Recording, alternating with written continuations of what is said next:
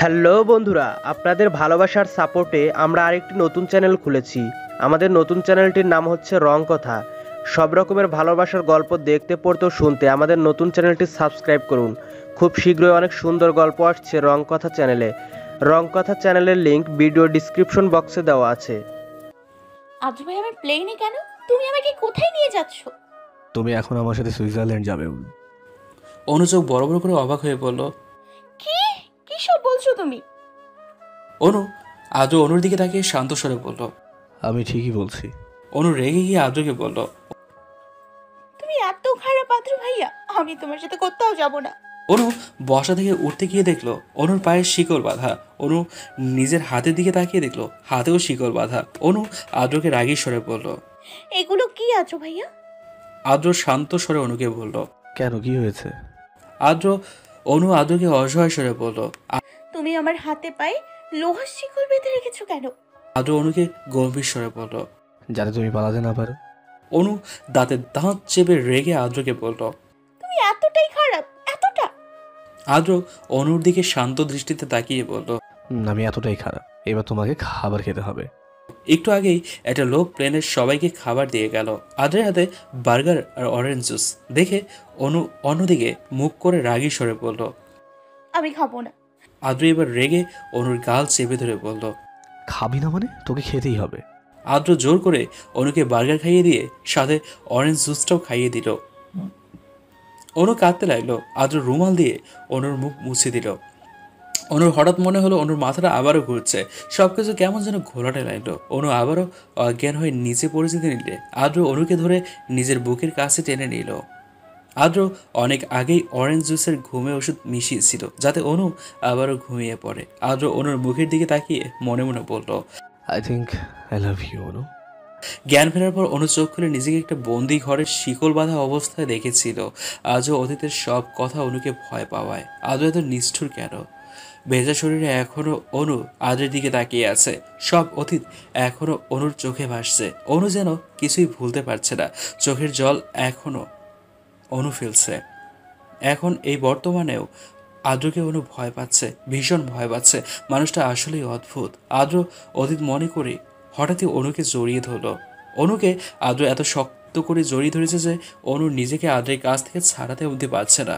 অনুর মনে কেমন যেন অদ্ভুত অনুভূতি হচ্ছে, আবার আদ্রের উপর ভীষণ রাগও হচ্ছে। অনু রাগী স্বরে আদ্রকে বলল, আমাকে ছাড়ো আদ্র ভাইয়া, প্লিজ ছাড়ো।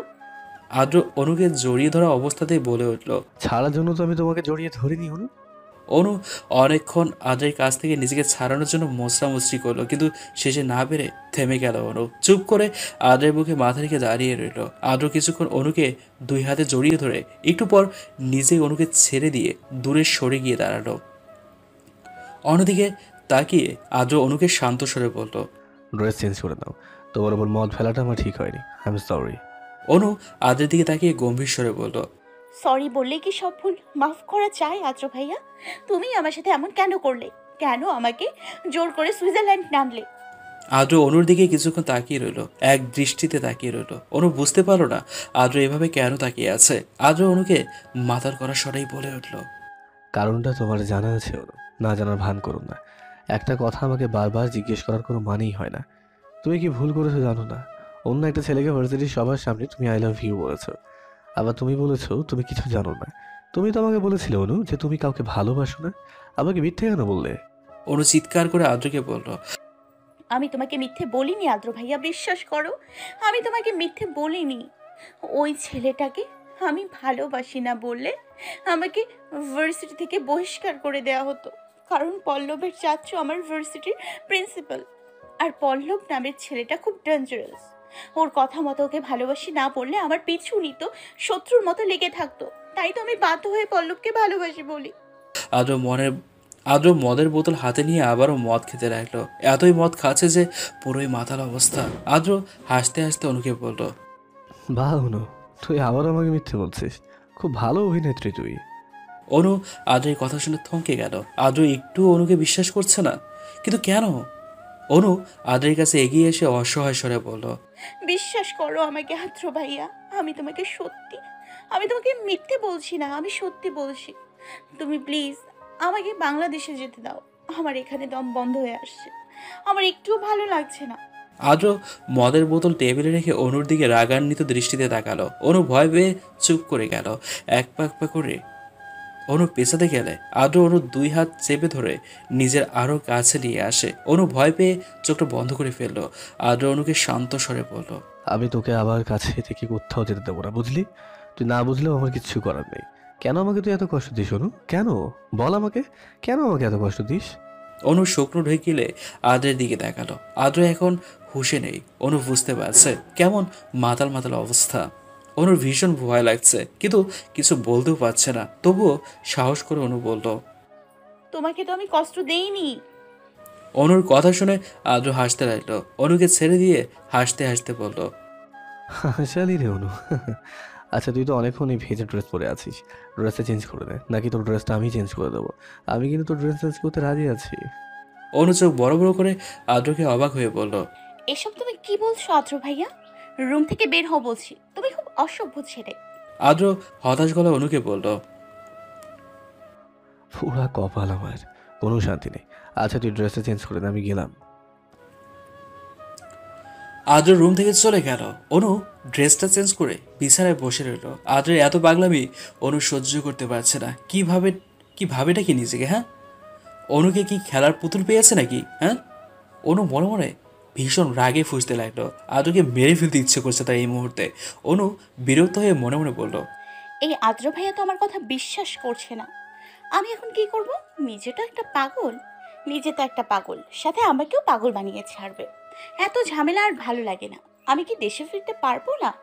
আদ্র আবার রুমে আসলো। অনু আদ্রকে দেখে কোথায় পালাবে বুঝতে পারছে না। অসহায় দৃষ্টিতে আদ্রের দিকে তাকিয়ে রইল। আদ্র অনুর পাওয়া দৃষ্টি দেখে এগিয়ে এসে শান্ত স্বরে বলল, ভয় নেই, আমি এখন আর মাতাল নেই।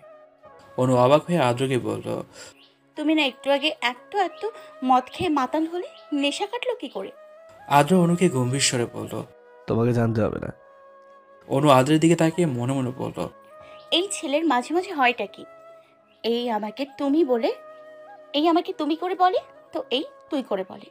আমার মনে হয় এই আদ্র ভাইয়া পুরোই মেন্টাল হয়ে গেছে। আদ্র বিছানায় অনুর পাশে শুয়ে পড়ল। অনু লাফিয়ে বিছানা থেকে নেমে কাঁপতে কাঁপতে আদ্রকে বলল, তুমি কি আমার সাথে ঘুমোবে নাকি? আদ্র অনুর দিকে তাকিয়ে বলে উঠল, হুম, তোমার সাথেই তো ঘুমাবো। শুয়ে পড়ো ডার্লিং, অনেক রাত হয়েছে, আর ডিস্টার্ব করো না তো। অনু রেগে আদ্রকে বলল, অসভ্য ছেলে, তোমার সাহস হয় কি করে এই কথা বলার? আমি তোমার বউ নাকি? যে তোমার সাথে ঘুমবো? তোমার এই বিদেশি কালচারে একদম নষ্টামি চললেও আমাদের বাংলাদেশে সব চলে না। আদ্র শোয়া থেকে উঠে বসে অসহায় স্বরে অনুকে বলল, এইভাবে বলছো কেন সুইটার? আমি নিজেও তো বাংলাদেশি, বিদেশে থেকে পড়াশোনা করেছি বলে আমাকে এতটা খারাপ ভেবো না। তোমাকে তো আমি বিয়ে করতে চাইছি, কিন্তু তুমি তো রাজি হচ্ছ না। এটা আমার দোষ কি, তুমি বলো? অনু দাঁতের দাঁত চেপে আদ্রকে বলল, তুমি আমাকে বিয়ে করতে চাইলেও তোমার মতো এরকম অসভ্য বদমেজাজি ছেলেকে আমি বিয়ে করব না। তুমি আমাকে আমার মা বাবার কাছ থেকে বহু দূরে নিয়ে এসছো, আমাকে বাংলাদেশে যেতে দিচ্ছ না। তোমাকে আমি কখনো ক্ষমা করব না। আদ্র অনুর দিকে কিছুক্ষণ এক দৃষ্টিতে তাকিয়ে রইল। এরপর বিছানা থেকে নেমে রুমের লাইট অফ করে দিয়ে সবুজ ড্রিম লাইটটা জ্বালালো। রুমের সবকিছু এখন আবছা আবছা অন্ধকার। সবুজ আলোয় চারদিকে ছেয়ে আছে। অনুর ভয়ে আত্মা কেঁপে যাচ্ছে বারবার।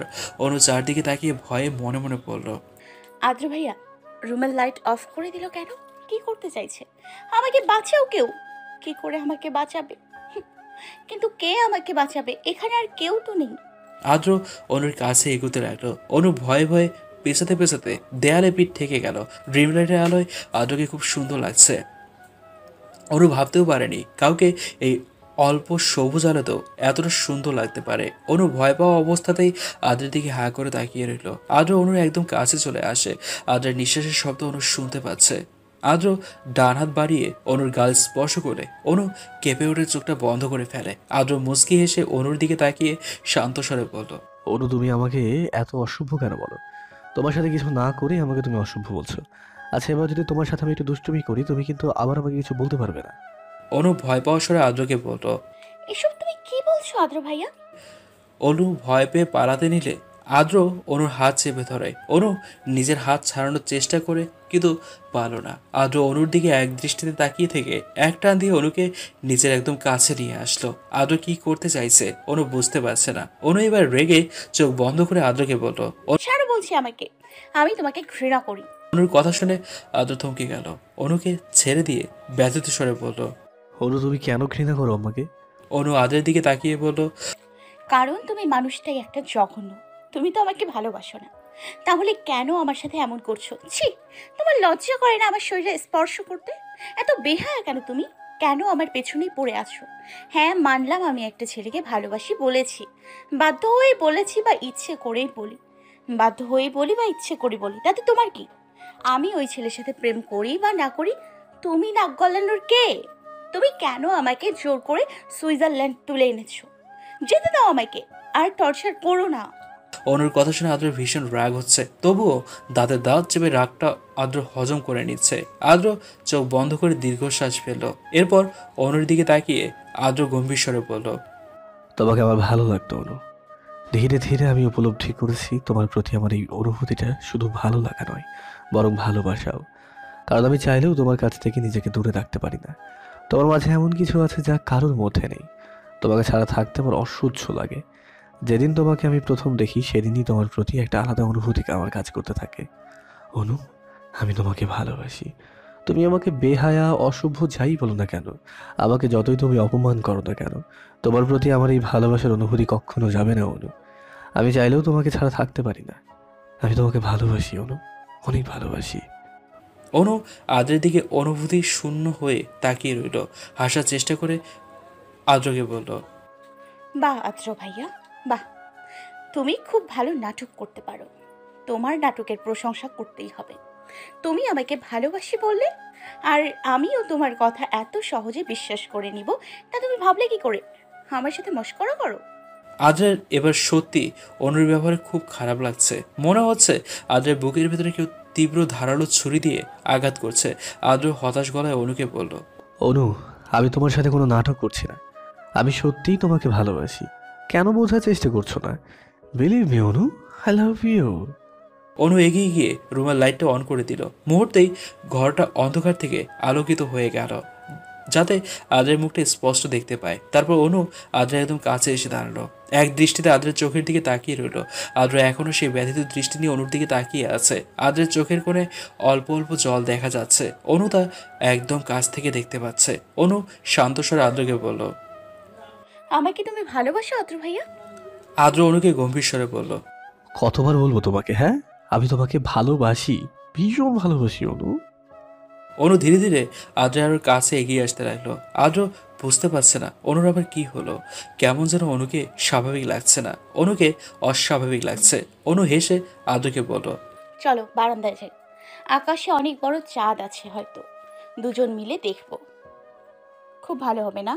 অনুর কথা শুনে আদ্র কিছুটা অবাক হলো। স্থির দৃষ্টিতে আদ্র অনুর মুখের দিকে তাকিয়ে রইল। অনু মুচকি হাসছে। আদ্র অনুকে সন্দেহ গলায় বলল। অনু, তুমি হঠাৎ এমন পাল্টে গেলে কেন? অনু হাসি থামিয়ে আদ্রকে বলল। কই আমি পাল্টে গেলাম? আদ্র কপাল কুঁচকে সন্দেহ গলায় বলল। কেমন যেন হঠাৎই বদলে গেছো, এমনটাই।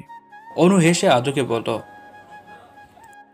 তোমার ভুল ধারণা, বারান্দায় যাবে না? চলো। অনু আদ্রের ডান হাতে নিজের দুই হাতে চেপে ধরলো।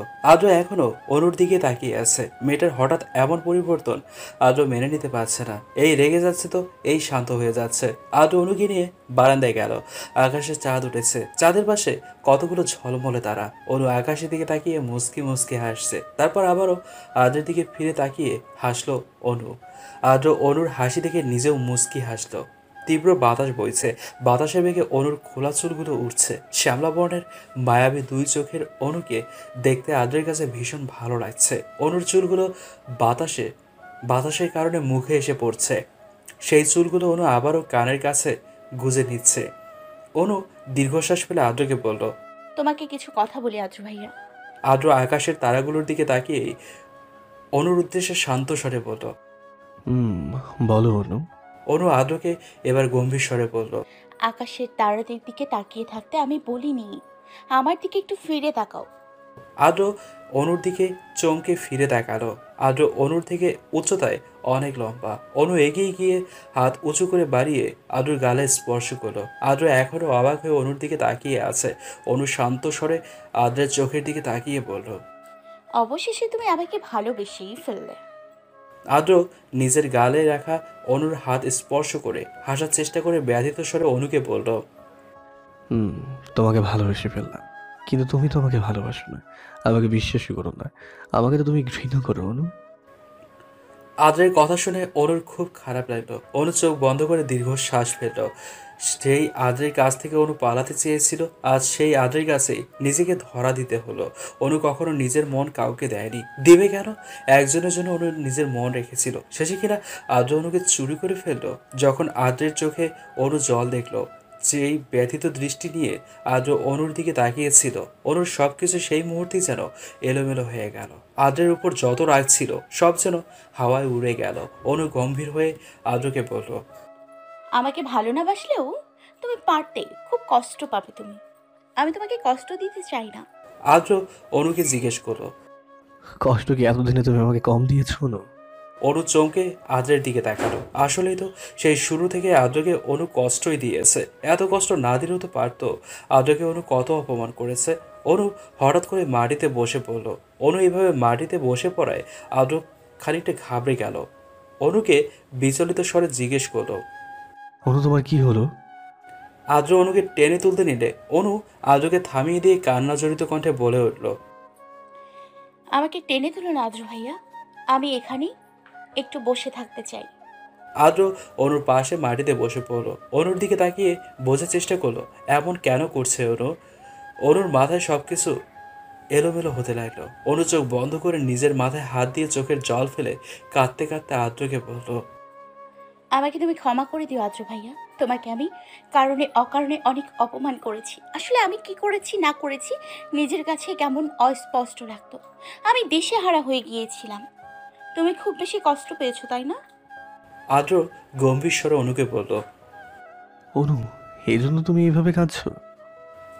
অনু কিচ্ছু বলল না, কাঁদতে লাগলো। ভালোবাসা কেমন হয় অনু জানে না। আদ্র কেন অনুকে চাইতো তাও অনুর কাছে অজানা। আদ্র কেন অনুকে চাইতো তাও অনুর কাছে অজানা ছিল। অনু ভাবতো আদ্র অনুকে কষ্ট দেওয়ার জন্য বিয়ে করতে চায়। কারণ অনু বিভিন্ন খবরের কাগজে পড়তো কিভাবে গৃহবধূর প্রতি কিছু স্বামী নামক পশু অত্যাচার করে, স্বামী নামক অমানুষেরা অত্যাচার করে। অনুর মনে স্বামী নামক কিছু পুরুষের প্রতি ঘৃণা জন্মে গিয়েছিল। যেহেতু অনু চুপচাপ আর বাচ্চা স্বভাবের, তাই সকলের কাছে অপছন্দ ছিল অনু। সকলের কাছে কেউ অনুকে একটুও ভালোবাসতো না। এমনকি এই গম্ভীর আচরণের জন্য অনুর মা বাবাও অনুকে ভালোবাসতো না। অনু কাছে দেখে আদ্র অনুকে টেনে বুকে জড়িয়ে ধরে। অনু আদ্রের বুকে মাথা রেখেই কাঁদতে লাগলো।